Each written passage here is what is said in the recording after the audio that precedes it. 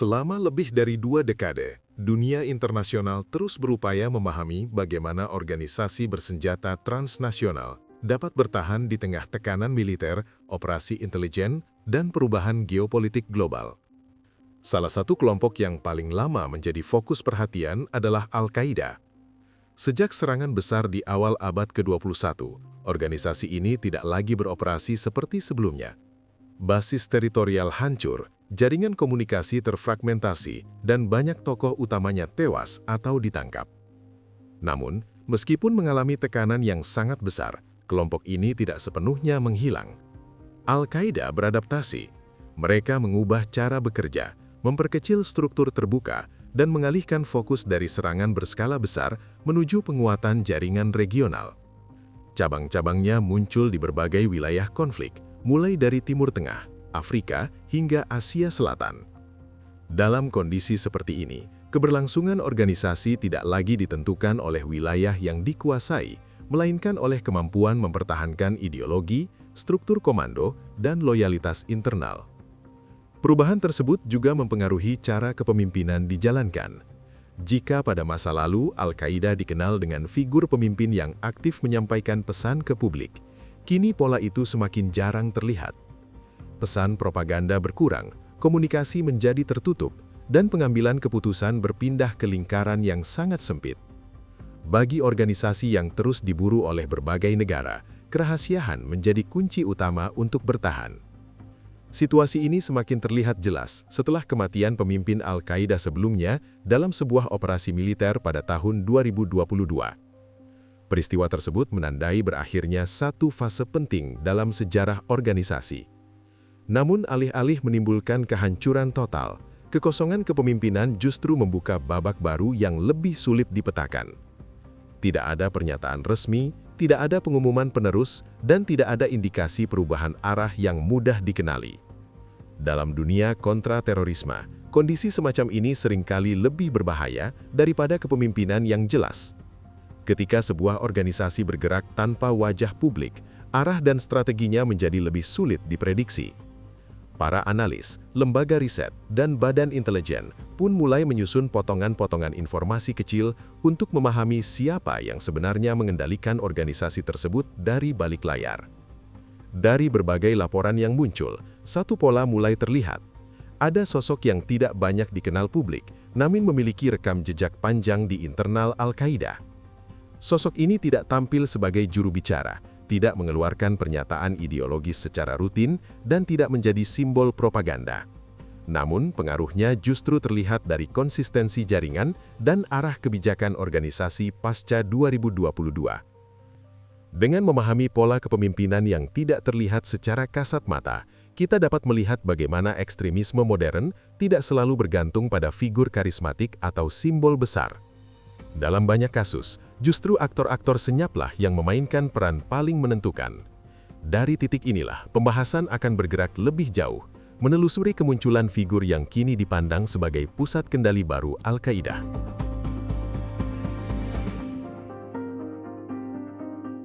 Setelah kematian pemimpin Al-Qaeda pada tahun 2022, organisasi ini memasuki fase yang sulit dipetakan.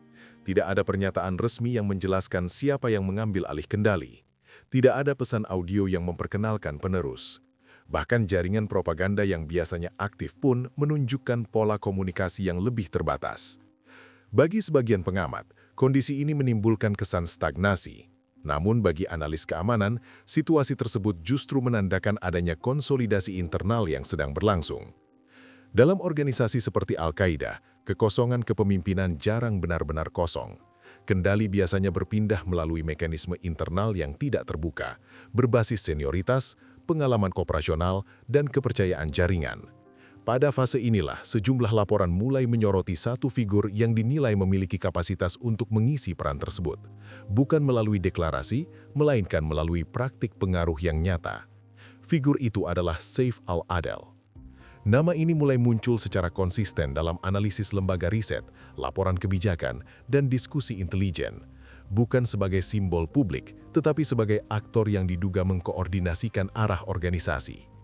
Pola komunikasi Al-Qaeda setelah 2022 menunjukkan kesinambungan strategi, bukan kekacauan. Cabang-cabang regional tetap bergerak dengan garis kebijakan yang relatif sejalan. Ini mengindikasikan adanya pusat kendali yang berfungsi meskipun tidak terlihat. Perubahan ini mencerminkan pergeseran cara Al-Qaeda memandang kepemimpinan. Pada masa awal, figur pemimpin berperan ganda sebagai pengarah ideologi dan alat propaganda.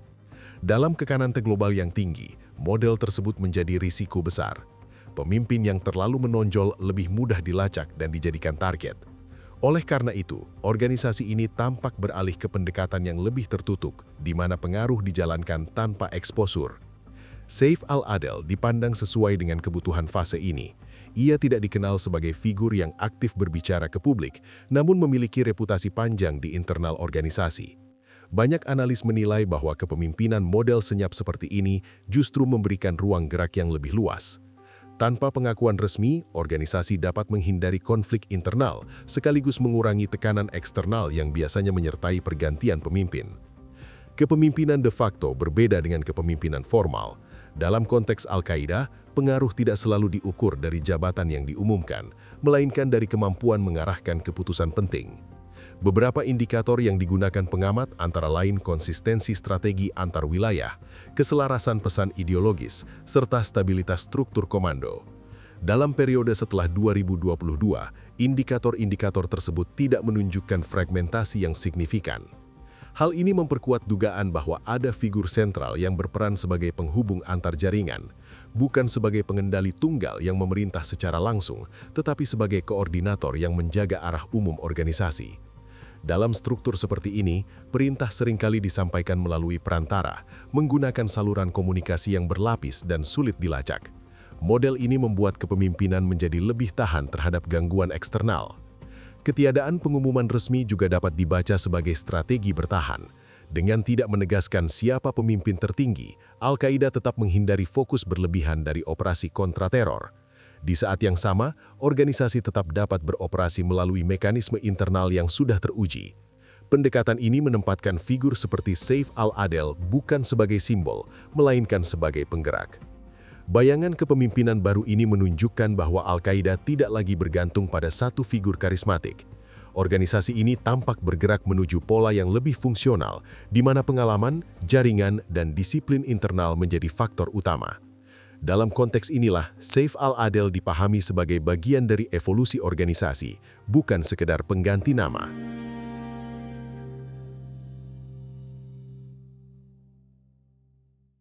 Untuk memahami posisi Saif al-Adel dalam struktur Al-Qaeda saat ini, perlu melihat perjalanan hidupnya jauh sebelum namanya dikaitkan dengan kepemimpinan organisasi tersebut. Ia bukan figur yang muncul secara tiba-tiba dari kekosongan, melainkan hasil dari rangkaian pengalaman panjang yang membentuk cara berpikir, bertindak, dan memandang konflik bersenjata. Saif al-Adel lahir dengan nama Muhammad Salah al-Din al-Halim Zaidan di Mesir, diperkirakan pada awal dekade 1960-an. Ia tumbuh dalam konteks sosial dan politik Mesir yang pada masa itu diwarnai oleh ketegangan antara negara dan berbagai kelompok Islamis. Lingkungan ini menjadi latar penting yang membentuk generasi militan yang kelak terlibat dalam jaringan jihad internasional. Berbeda dengan banyak anggota Al-Qaeda lain yang berasal dari latar belakang sipil atau religius murni, Saif al-Adel memiliki pengalaman formal di dunia militer. Ia tercatat pernah menjadi bagian dari angkatan bersenjata Mesir dan menerima pelatihan profesional, termasuk dalam struktur pasukan elit. Pengalaman ini memberinya pemahaman teknis tentang taktik, disiplin, serta organisasi militer modern. Latar belakang semacam ini tergolong jarang di kalangan tokoh senior Al-Qaeda. Pada akhir 1980-an, jalur hidupnya berubah secara signifikan. Ia meninggalkan institusi militer dan menuju Afghanistan, yang saat itu menjadi pusat perlawanan terhadap pendudukan Uni Soviet. Konflik ini menarik ribuan pejuang dari berbagai negara dan menjadi titik temu bagi individu-individu yang kelak membangun jaringan jihad global. Di Afghanistan, Saif al-Adel tidak hanya terlibat sebagai pejuang, tetapi juga mulai membangun koneksi dengan tokoh-tokoh penting dalam lingkaran jihad internasional. Periode ini menjadi fase pembentukan identitas ideologis dan operasionalnya. Pengalaman tempur, interaksi lintas negara, serta paparan terhadap narasi perjuangan bersenjata membentuk pandangannya mengenai konflik global. Afghanistan bukan sekadar medan perang, melainkan laboratorium sosial tempat strategi, ideologi, dan jaringan diuji serta dikembangkan. Dalam lingkungan tersebut, Saif al-Adel dikenal sebagai individu yang disiplin dan terstruktur. Ia tidak menonjol dalam retorika ideologis, namun menunjukkan ketertarikan kuat pada aspek teknis dan operasional. Hal ini membedakannya dari banyak tokoh lain yang lebih fokus pada propaganda atau legitimasi religius. Pendekatan ini kelak menjadi ciri khas perannya di dalam Al-Qaeda. Ketika Al-Qaeda mulai terbentuk sebagai organisasi yang lebih terkoordinasi pada awal 1990-an, Saif al-Adel sudah berada di lingkaran yang memahami pentingnya perencanaan jangka panjang. Ia bukan bagian dari figur publik organisasi, tetapi berkontribusi pada fondasi internal yang memungkinkan kelompok tersebut beroperasi lintas wilayah. Posisi semacam ini seringkali luput dari perhatian publik, namun justru krusial bagi keberlangsungan organisasi. Nama Saif al-Adel sendiri merupakan nama samaran yang dipilih sebagaimana praktik umum di kalangan militan. Nama ini tidak hanya berfungsi sebagai identitas operasional, tetapi juga sebagai pelindung dari pelacakan langsung. Penggunaan nama samaran menjadi bagian dari keamanan internal yang ketat, terutama bagi individu yang terlibat dalam perencanaan strategis. Seiring waktu, pengalaman militernya, jaringan yang luas, serta reputasinya sebagai figur yang tidak banyak berbicara namun efektif, membuatnya dipercaya untuk menangani tugas-tugas yang membutuhkan tingkat kerahasiaan tinggi. Ini menjadi dasar mengapa ia mampu bertahan dalam struktur organisasi selama berpuluh-puluh tahun, bahkan ketika banyak tokoh lain tersingkir oleh operasi kontra-teror. Latar belakang inilah yang menjelaskan mengapa Saif al-Adel dipandang sebagai figur yang memiliki bobot internal besar.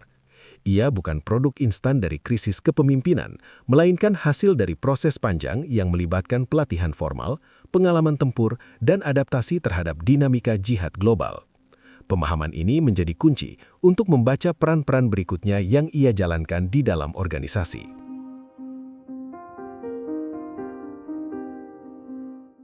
Setelah melalui fase pembentukan di medan konflik Afghanistan, peran Saif al-Adel mulai bergerak ke arah yang lebih spesifik dan terstruktur. Ia tidak lagi hanya terlibat sebagai individu bersenjata, melainkan sebagai bagian dari sistem internal yang mengatur bagaimana Al-Qaeda membangun dan mempertahankan kapasitas militernya. Pada titik ini, kontribusinya mulai terlihat bukan dari aksi langsung, tetapi dari kemampuan mengorganisasi orang lain. Di dalam jaringan Al-Qaeda, pelatihan militan memegang peranan penting. Organisasi ini tidak bergantung pada jumlah semata, melainkan pada kualitas individu yang mampu menjalankan operasi secara mandiri. Saif al-Adel dikenal berperan dalam pengembangan metode pelatihan yang lebih disiplin dan berbasis pengalaman militer konvensional. Pendekatan ini berbeda dengan pola pelatihan berbasis ideologi semata yang umum digunakan kelompok ekstrem lainnya. Pengalaman formalnya di dunia militer memberi keunggulan tersendiri. Ia memahami pentingnya struktur komando, pembagian peran, dan standar operasional. Dalam konteks organisasi non-negara seperti Al-Qaeda, kemampuan menerapkan prinsip-prinsip tersebut menjadi aset strategis. Para kader yang dilatih tidak hanya dibekali motivasi ideologis, tetapi juga pemahaman taktis yang memungkinkan mereka beroperasi dalam lingkungan yang kompleks dan berisiko tinggi. Seiring berjalannya waktu, peran Saif al-Adel berkembang dari pelatih menjadi perancang strategi. Ia terlibat dalam perencanaan operasi dan evaluasi kesiapan unit-unit yang berada di berbagai wilayah. Keterlibatannya tidak selalu berarti memberikan perintah langsung di lapangan, melainkan memastikan bahwa struktur yang ada mampu berjalan fungsi masing-masing. Dalam organisasi yang terfragmentasi secara geografis, peran semacam ini menjadi sangat krusial. Beberapa laporan menyebutkan bahwa ia terlibat dalam pengelolaan Komite Militer Al-Qaeda, sebuah badan internal yang bertugas mengkoordinasikan aspek operasional. Komite ini berfungsi sebagai penghubung antara kepemimpinan pusat dan unit-unit regional. Melalui mekanisme ini, strategi global dapat diterjemahkan menjadi tindakan lokal tanpa harus melibatkan komunikasi terbuka yang berisiko. Dalam fase ini pula, reputasi Saif al-Adel sebagai figur yang fokus pada efektivitas mulai menguat. Ia dikenal tidak banyak terlibat dalam perdebatan ideologis terbuka, tetapi lebih menekankan hasil. Pendekatan ini membuatnya dipercaya untuk menangani isu-isu sensitif yang berkaitan dengan keamanan internal dan kesiapan operasional. Kepercayaan semacam ini tidak mudah diperoleh dalam organisasi yang syarat dengan kecurigaan dan rivalitas internal. Transisi dari peran pelatih ke figur komando tidak terjadi secara instan. Ia berlangsung melalui akumulasi pengalaman dan konsistensi kinerja.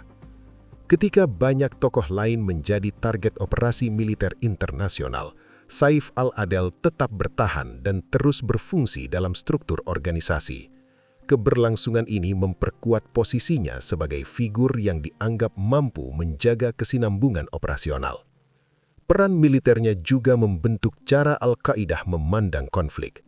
Alih-alih mengandalkan serangan spektakuler yang berisiko tinggi, pendekatan yang lebih terukur mulai terlihat dalam beberapa cabang organisasi. Fokus pada pelatihan jangka panjang, pembangunan jaringan lokal, dan adaptasi terhadap kondisi wilayah menjadi bagian dari strategi yang berkembang. Dalam konteks ini, pengaruh Saif al-Adel terlihat bukan sebagai perubahan drastis, tetapi sebagai penyesuaian bertahap. Menjelang periode tekanan global yang semakin intens, pengalaman operasional yang dimilikinya menjadi semakin relevan. Organisasi membutuhkan figur yang memahami bagaimana bertahan di bawah pengawasan ketat, bagaimana menjaga kerahasiaan, dan bagaimana memastikan struktur tetap berjalan meskipun komunikasi terbatas. Peran-peran inilah yang menempatkan Saif al-Adel pada posisi strategis sebelum isu kepemimpinan mencuat ke permukaan.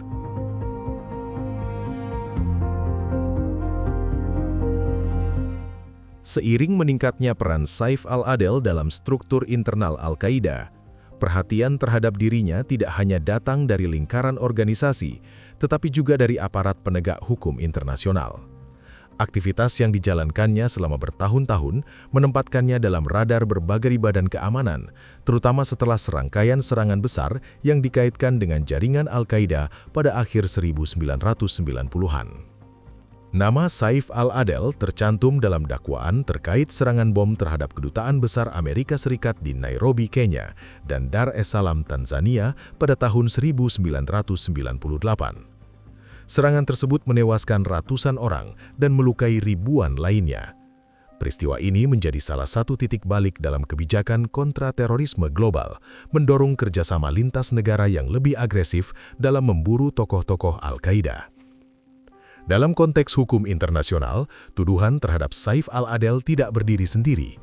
Ia dimasukkan ke dalam daftar individu yang dianggap memiliki peran signifikan dalam perencanaan dan dukungan operasional terhadap serangan tersebut.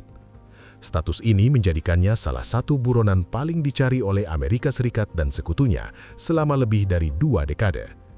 Program penghargaan bagi informasi yang mengarah pada penangkapannya diumumkan dengan nilai jutaan dolar, mencerminkan tingkat prioritas yang diberikan terhadap kasus ini. Namun, meskipun tekanan hukum dan keamanan terus meningkat, Saif al-Adel tidak pernah ditangkap. Hal ini menimbulkan pertanyaan di kalangan analis mengenai bagaimana ia mampu bertahan dari operasi perburuan global yang intensif. Salah satu faktor yang sering disorot adalah kemampuannya menjaga jarak dari eksposur publik. Berbeda dengan tokoh lain yang secara aktif menyebarkan pesan atau muncul dalam propaganda, ia tetap berada di balik jaringan yang tertutup. Status buronan internasional juga mempengaruhi cara Al-Qaeda mengelola peran dirinya. Dalam kondisi seperti ini, terlibatan langsung di lapangan menjadi risiko besar. Oleh karena itu, perannya cenderung diarahkan pada pengambilan keputusan strategis dan koordinasi jarak jauh. Pola ini memungkinkan organisasi tetap memanfaatkan pengalamannya tanpa menempatkannya pada posisi yang mudah dilacak. Tekanan hukum global terhadap Saif al-Adel mencerminkan tantangan yang dihadapi aparat keamanan dalam menghadapi aktor non-negara yang beroperasi lintas batas. Tidak adanya yurisdiksi tunggal, keterbatasan kerjasama internasional di beberapa wilayah, serta perlindungan tidak langsung dari dinamika geopolitik, semuanya berkontribusi pada kompleksitas upaya penegakan hukum. Selain itu, statusnya sebagai buronan juga memiliki dampak internal. Bertahannya Saif al-Adel selama bertahun-tahun di bawah pengejaran internasional justru memperkuat posisinya di mata jaringan internal. Hal ini menciptakan paradoks, di mana tekanan eksternal yang dimaksudkan untuk melemahkan justru dapat memperkuat legitimasi tertentu di dalam organisasi.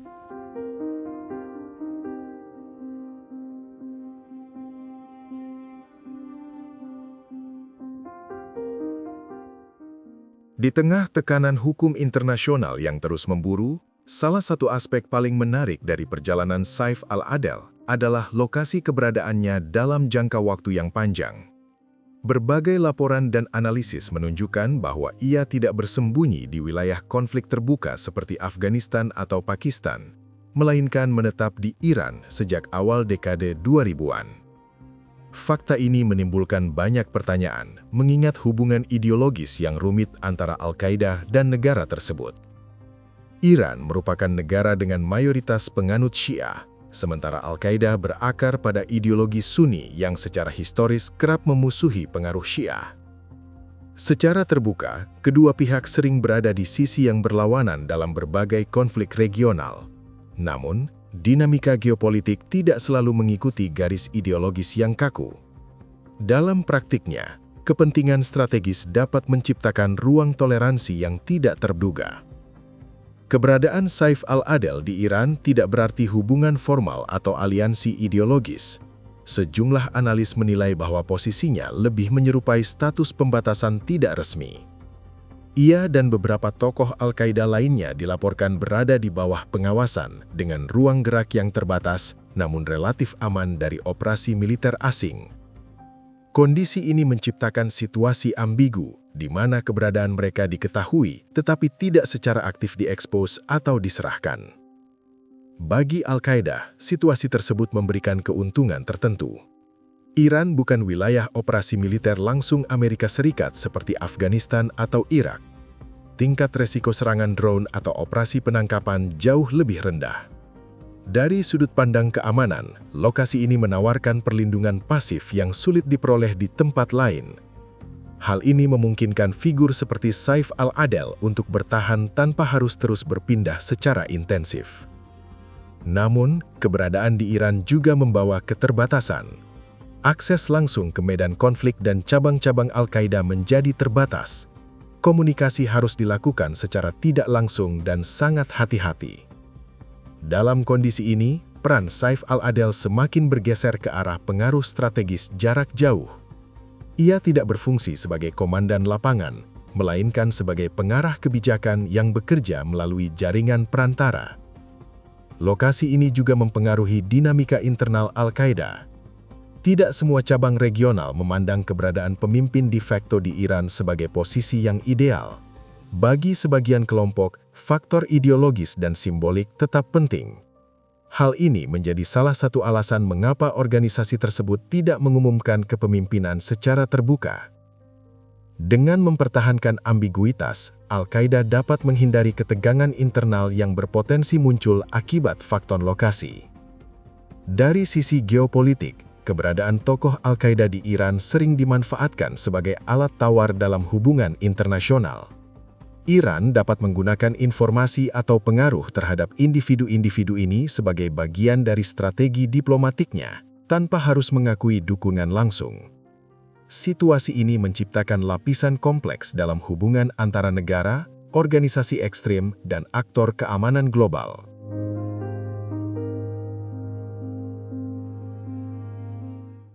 Meskipun berada jauh dari medan konflik dan beroperasi dalam keterbatasan fisik, pengaruh Saif al-Adel dalam struktur Al-Qaeda tidak serta-merta melemah. Justru dalam fase ini, perannya berubah menjadi lebih strategis dan bersifat sistemik. Ia tidak berfungsi sebagai pengendali operasi harian, melainkan sebagai figur yang memengaruhi arah umum organisasi melalui keputusan, persetujuan, dan penilaian terhadap aktor-aktor kunci di dalam jaringan. Al-Qaeda saat ini bukan lagi organisasi terpusat dengan satu pusat komando yang kuat. Ia berkembang menjadi jaringan longgar yang terdiri dari berbagai cabang regional dengan tingkat otonomi yang berbeda. Cabang-cabang ini beroperasi dalam konteks lokal yang sangat beragam, mulai dari konflik bersenjata terbuka hingga perang berkepanjangan yang bersifat lokal. Dalam struktur seperti ini, tantangan terbesar bukanlah menjalankan operasi, melainkan menjaga keselarasan arah dan tujuan. Disinilah pengaruh Saif al-Adel terlihat. Berbagai analisis menunjukkan bahwa ia berperan dalam menjaga konsistensi strategi lintas wilayah. Hal ini dilakukan bukan melalui instruksi langsung yang rinci, tetapi melalui penetapan garis besar kebijakan, penilaian terhadap kepemimpinan regional, serta pengelolaan hubungan antar cabang. Pendekatan ini memungkinkan organisasi tetap bergerak sejalan tanpa harus mengorbankan fleksibilitas lokal. Salah satu aspek penting dari pengaruh tersebut adalah perannya dalam legitimasi internal. Dalam organisasi ekstrim, legitimasi tidak hanya ditentukan oleh ideologi, tetapi juga oleh rekam jejak dan pengalaman. Saif al-Adel dikenal sebagai figur yang telah lama terlibat dalam fase-fase penting perkembangan Al-Qaeda. Pengalaman ini memberinya otoritas informal yang diakui oleh banyak elemen internal, meskipun tidak diumumkan secara resmi. Pengaruhnya juga tercermin dalam cara Al-Qaeda beradaptasi terhadap tekanan global. Dalam beberapa tahun terakhir, organisasi ini terlihat lebih berhati-hati dalam memilih target dan metode. Fokus bergeser ke penguatan jaringan lokal dan konflik regional, alih-alih serangan berskala internasional yang beresiko tinggi. Pergeseran ini mencerminkan pendekatan yang lebih kalkulatif, selaras dengan pola pikir yang mengutamakan keberlangsungan jangka panjang. Selain itu, perannya sebagai penghubung antar wilayah menjadi semakin penting. Dengan keterbatasan komunikasi langsung, jaringan Al-Qaeda mengandalkan figur-figur yang mampu menjaga aliran informasi tanpa harus menciptakan jejak yang mudah dilacak. Dalam konteks ini, Saif al-Adel dipandang sebagai simpul yang menghubungkan berbagai elemen tanpa harus tampil sebagai pusat formal. Model ini membuat struktur organisasi lebih tahan terhadap gangguan eksternal. Namun pengaruh tersebut tidak berjalan tanpa batas. Otonomi cabang regional berarti bahwa kepemimpinan pusat, termasuk figur seperti Saif al-Adel, harus terus menegosiasikan pengaruhnya. Beberapa cabang memiliki dinamika internal yang kuat dan kepentingan lokal yang berbeda. Dalam kondisi seperti ini, pengaruh dijalankan melalui persuasi dan konsensus, bukan paksaan. Hal ini mencerminkan perubahan karakter Al-Qaeda menjadi organisasi hierarkis menjadi jaringan adaptif.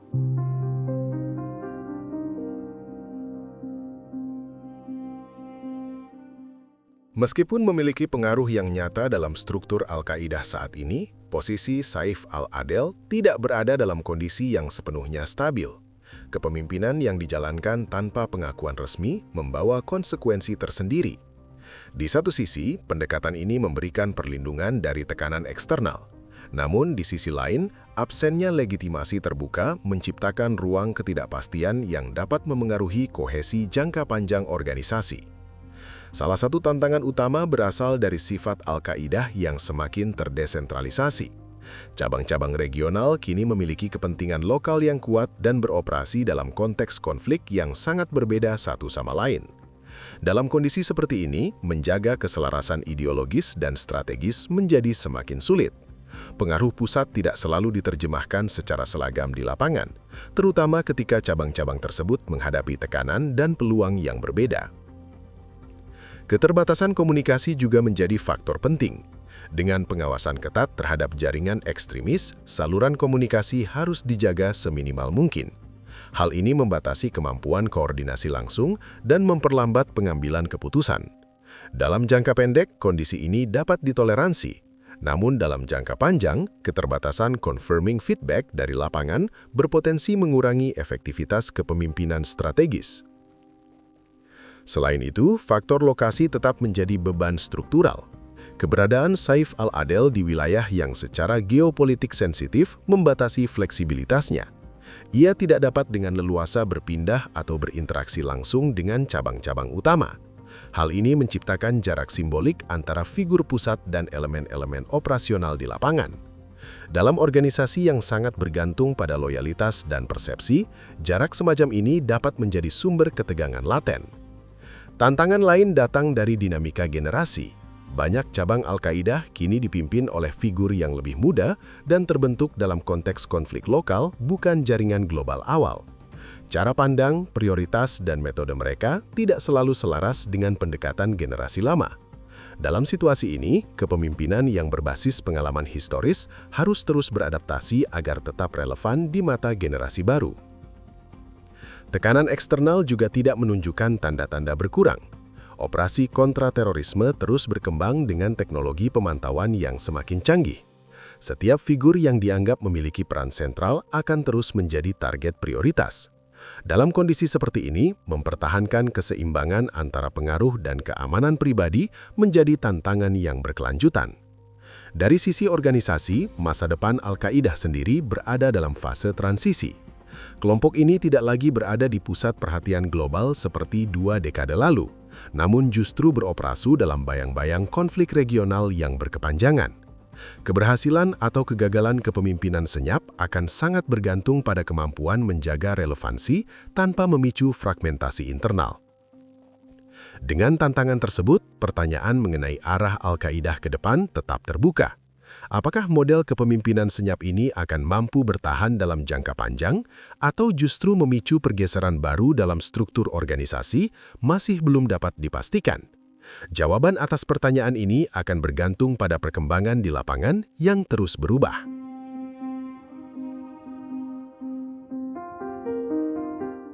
Pembahasan tentang Saif al-Adal pada akhirnya membawa kita pada satu pemahaman penting. Ekstremisme modern tidak selalu bergerak dengan wajah yang jelas dan suara yang lantang. Dalam banyak kasus, justru figur yang paling jarang terlihat memiliki pengaruh paling besar. Perjalanan Al-Qaeda setelah kehilangan pemimpin-pemimpin lamanya menunjukkan bahwa organisasi ini tidak hanya bertahan melalui ideologi, tetapi melalui adaptasi struktural yang terus berkembang. Dokumenter ini tidak berupaya menyederhanakan kompleksitas tersebut. Apa yang terlihat di permukaan seringkali hanya sebagian kecil dari dinamika yang berlangsung di balik layar. Kepemimpinan tanpa deklarasi resmi, pengaruh tanpa simbol publik, serta kendali yang dijalankan melalui jaringan tidak langsung mencerminkan perubahan mendasar dalam cara organisasi ekstrim bertahan di era tekanan global. Saif al-Adal menjadi contoh bagaimana pengalaman panjang, kemampuan bertahan, dan pemahaman terhadap struktur organisasi dapat membentuk peran yang menentukan, bahkan tanpa legitimasi terbuka.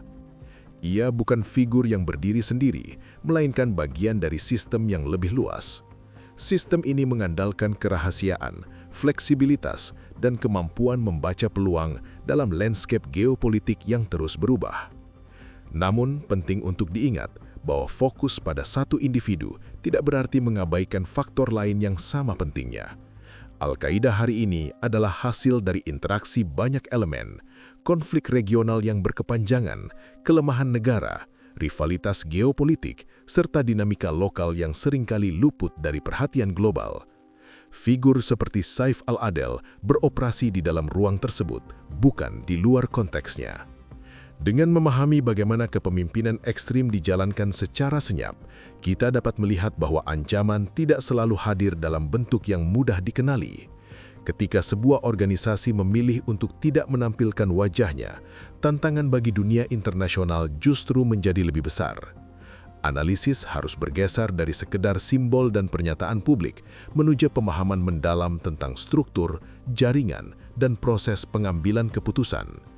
Dokumenter ini disusun bukan untuk menormalisasi atau mengagungkan, melainkan untuk memberikan gambaran yang jernih tentang bagaimana ekstremisme berevolusi. Pemahaman semacam ini menjadi penting, tidak hanya bagi pembuat kebijakan dan peneliti, tetapi juga bagi publik yang ingin melihat isu keamanan global secara lebih utuh dan kritis. Di tengah perubahan dunia yang cepat, organisasi ekstrim pun terus berubah. Mereka belajar dari kesalahan masa lalu, menyesuaikan diri dengan tekanan, dan mencari celah untuk bertahan. Figur-figur seperti Saif al-Adal hanyalah satu bagian dari mozaik yang lebih besar. Mozaik yang menunjukkan bahwa ekstremisme tidak hilang begitu saja, tetapi bertransformasi mengikuti zamannya. Akhirnya, pertanyaan yang tersisa bukan hanya tentang siapa yang memimpin, tetapi bagaimana struktur semacam ini dapat terus bertahan dan apa implikasinya bagi keamanan global di masa depan. Jawaban atas pertanyaan tersebut tidak sederhana dan tidak tunggal. Namun, dengan memahami pola dan dinamika yang ada, kita setidaknya dapat melihat ancaman ini dengan lebih jernih, tanpa ilusi dan tanpa penyederhanaan berlebihan. Dokumenter ini berakhir di sini, namun diskusi tentang ekstremisme global dan transformasinya masih jauh dari selesai. Selama konflik, ketidakstabilan dan ketimpangan terus berlangsung, figur-figur yang bekerja di dalam bayangan akan tetap menjadi bagian dari landscape keamanan dunia.